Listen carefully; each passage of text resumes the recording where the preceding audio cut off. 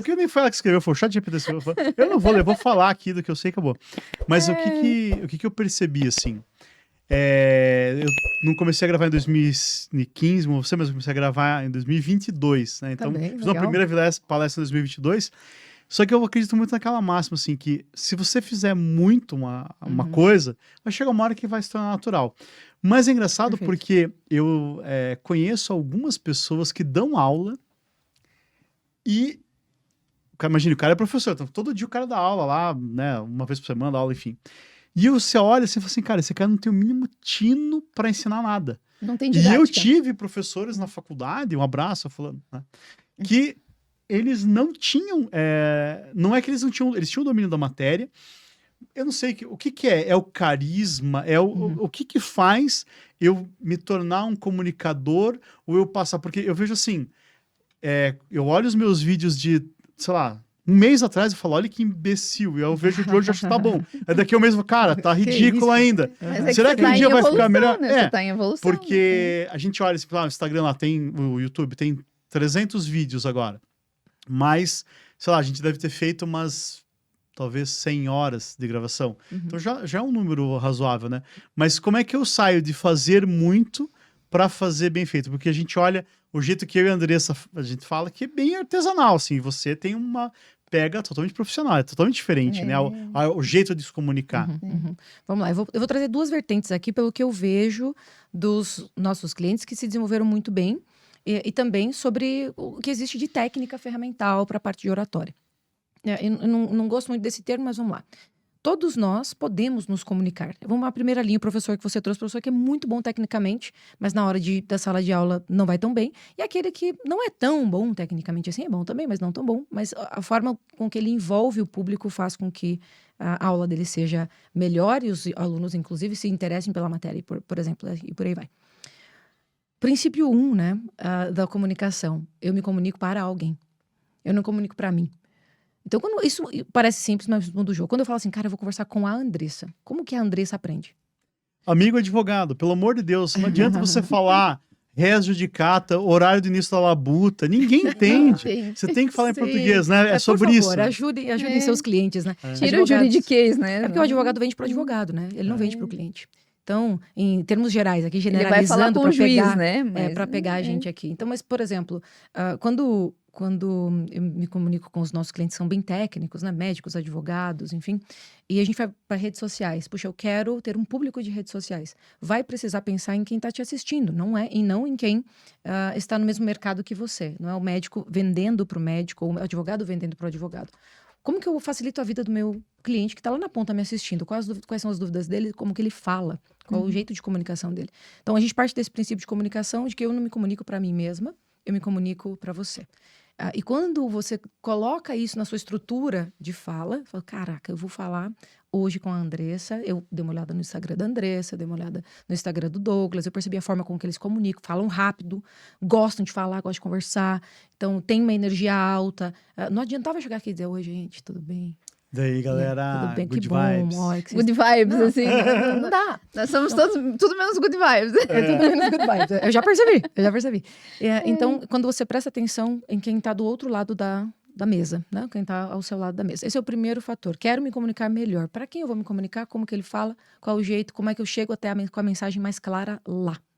E aí você vai perceber excelentes comunicadores, como o Silvio Santos, para mim, assim, no Brasil, ele se comunica conforme o público dele. Sim, sempre. Eu sempre ficava imaginando se em casa ele também era daquele jeito, né? Sabe aquela coisa? Será que em casa ele se comunicava daquela Com todas forma, as filhas Com dele. todas Quem as quer filhas. dinheiro? Exato, imaginou?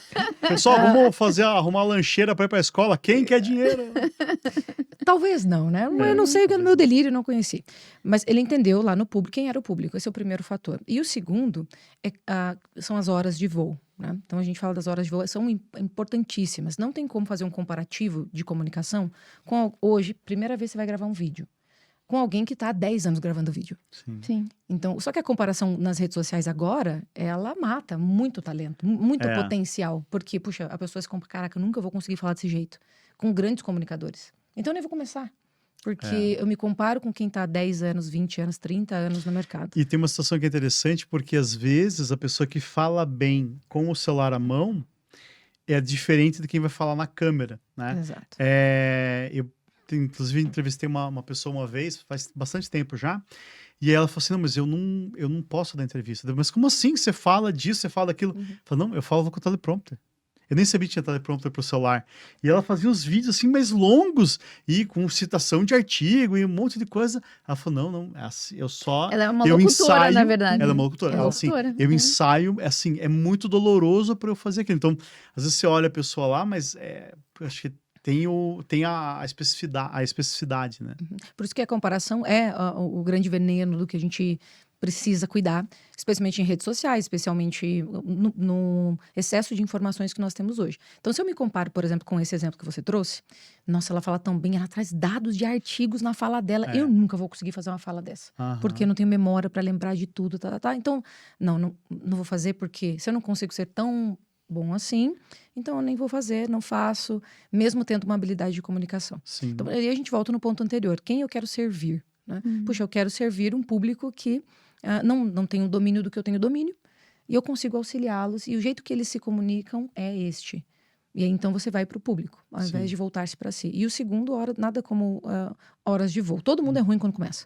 É difícil. Nossa, olha Tem a pessoa o Primo Rico, eles colocaram os vídeos agora essa semana, né? Todos esses grandes influencers de influenciadores. finanças, eles colocaram lá, a própria Virgínia Fonseca também, né? Vídeo no começo lá, cara, todo mundo medonho. Cara.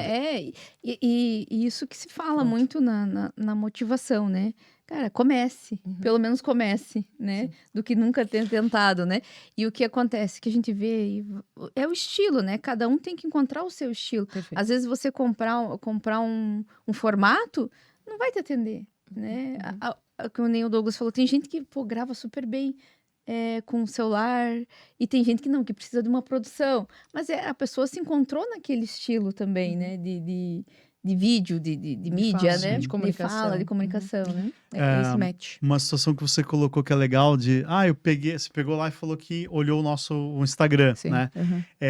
Eu peguei e comecei com o da Raquel Dombrowski. Eu fiz o quê?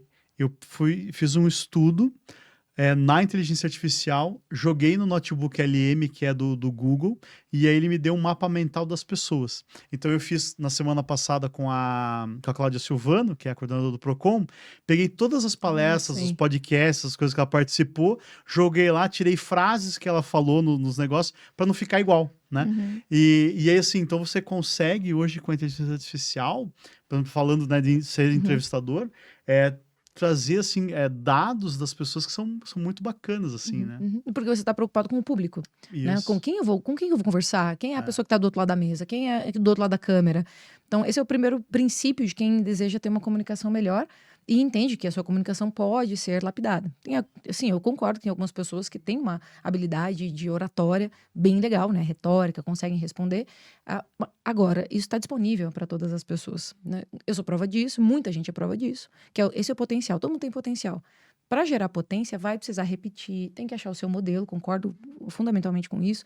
Precisa encontrar o seu jeito de falar, a tua forma. Tem gente que se conecta comigo, tem gente que não. É natural, faz parte. Então, encontrou o seu modelo, deu match com o público, aí nós vamos para constância, né? Disciplina e constância, disciplina e constância, que é algo que até eu estava, antes de vir para cá, pensando nos clientes que eu atendo do mercado imobiliário, né? Que um dos desafios que os donos de imobiliário, por exemplo, que estão conosco nos treinamentos trazem é sobre a constância do corretor. A constância de, puxa, eu vendi um super imóvel, foi super bem comissionado e tal. E aí essa constância é o mesmo caso para a constância de uma comunicação e uma liderança. E dos nãos que a gente leva, das Exato. propostas que caem. Então, isso não é fácil, né? Então, de manter essa resiliência. Essa resiliência.